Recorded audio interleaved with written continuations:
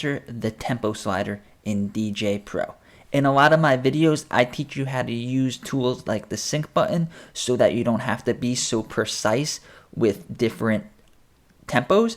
But in this video, I'm going to show you how to do it all manually like you'd have to do on CDJs or even on vinyl. So I'm going to show you how to use the touchscreen controls on the iPad and some tips and tricks on how to be accurate with your tempo selection, and then also various tricks and techniques that you could use once you have mastered the tempo slider. So just like in my other tutorial videos, there's many ways to access this feature in DJ Pro. And different modes and different screens will make it either more accurate or less accurate or easy to use or harder to use. So when it comes to pitch faders, it is very important to know that the larger the pitch fader is, the more accurate you could be when you're selecting the tempo. Because you could only mix two songs together that are the exact same BPM, so it's important to be able to accurately adjust the BPM. So the BPM is the speed of the song. So the higher the BPM, the faster the song is going to be, and the lower the BPM, the lower the beat's going to be. So with the iPad, we're going to want to use the screen that is going to give us the most control of the pitch fader. So it's the same thing with controllers. So with this controller, it has very small jog wheels. So it's very hard to be accurate with them because it's such a small range of motion. And the same thing with the pitch faders on this. It's very hard to adjust it accurately because it's not that long. But the one they give you on DJ Pro in the classic mode is similar to what you'd see on an old-fashioned record deck or CDJs or a big, large premium DJ controller. So now over here is how you adjust it. So if you go up, it'll raise the BPM. If you go down, it'll lower the BPM. And another really important thing is over here, you can change the range. So over here, BPM range. I think we have to go to, we're going to go to settings, we're going to go to mixer, general, tempo slider, range. You see, I have it set at 75%. So this is going to make it easier to do large transitions, but it's not going to be as accurate. So if you look at the tempo slider, we're at 126, and if we just go a little bit up, we're all the way 20%, 30%, all the way up to 75%. And now if you change the BPM that much, it's going to dramatically affect the song. So the higher it goes, you're going to get like a chipmunk type sound, and the lower you go, it's going to be like a deep sound. Now, this button over here, if you look, it turns blue. It's a little music icon. That keeps the pitch the same. So I'm going to play this right now. So it's playing like that. And we raise the BPM. And then when you press the pitch lock, it's going to make it so it's not as dramatically stretched, and you don't get that chipmunk and you don't get that deep voice, which is good when you're doing stuff with vocals because you don't want to be playing Alvin and the Chipmunks. You want it to sound like a professional DJ mix.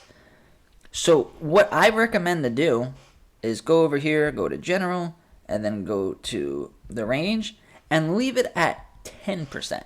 So now if you go all the way up, it's only at 10%. So it's going to be easier to match the BPMs with the other BPM that you want to have. So let's say this deck on the right is at 129. And now you want to mix the deck on the left to 129. You can easily go up here, nice and slow, 129. And there you go. And now you're accurately in the same BPM. And now you could beat match these songs together, and it will sound good. I'll give you an example. So this is it with the beats lined up.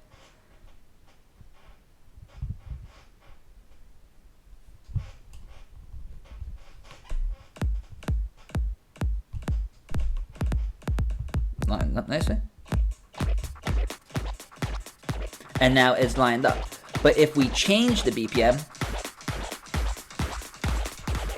you get what's called a train wreck.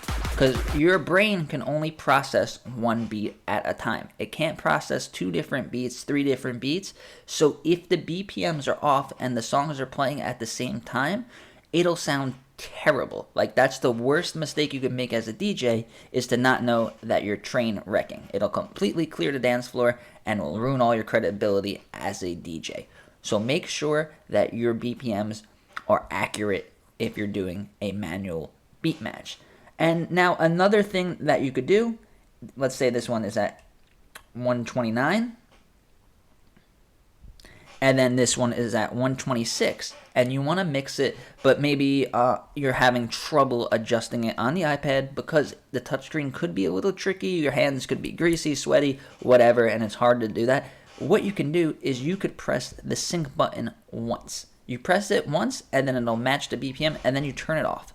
This is not cheating. It's just a little bit hard to use your finger and adjust the tempo manually. And so if you just turn sync on, turn it off, you're at the same BPM, but then you're still responsible for lining up the beats when you mix. So it'll match the tempo for you, which is the easy part, which is not cheating. And then you can manually beat match with the tempo slider. Now, once you get good with the slider, you can use it for different effects.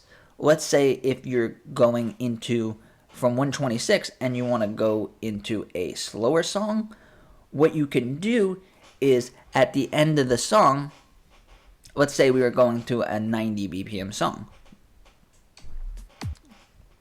or a much lower.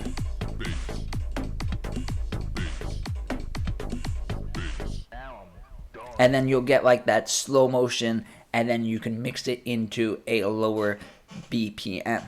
Also, if you want to speed up the track and make it a little more exciting, you could go forward on the tempo slider. So this is very important because now you have full control of the song. You could do whatever you want. You can make it go as fast as you want. You can make it go as slow as you want. So thanks for watching, guys.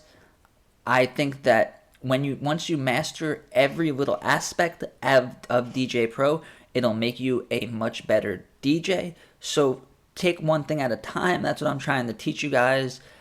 Learn the scratch, master scratching, learn the manually beat match, and master the manually beat match. Also learn how to organize your playlist. And once you have all of this combined and you have all these skills down, DJing is effortless and it's a lot of fun, and you could really explore your creativity because you know exactly how the app works. It's like when you drive a car, you look at all the knobs and all the gauges and stuff, and you're like, what is this? And you get a little overwhelmed. But once you know what each button does, what each pedal does, and stuff like that, is the same thing with DJing. Once you know how to operate the device, you become a master of it. And all it takes is practice and more practice. So please subscribe to this channel and share this video with your friends.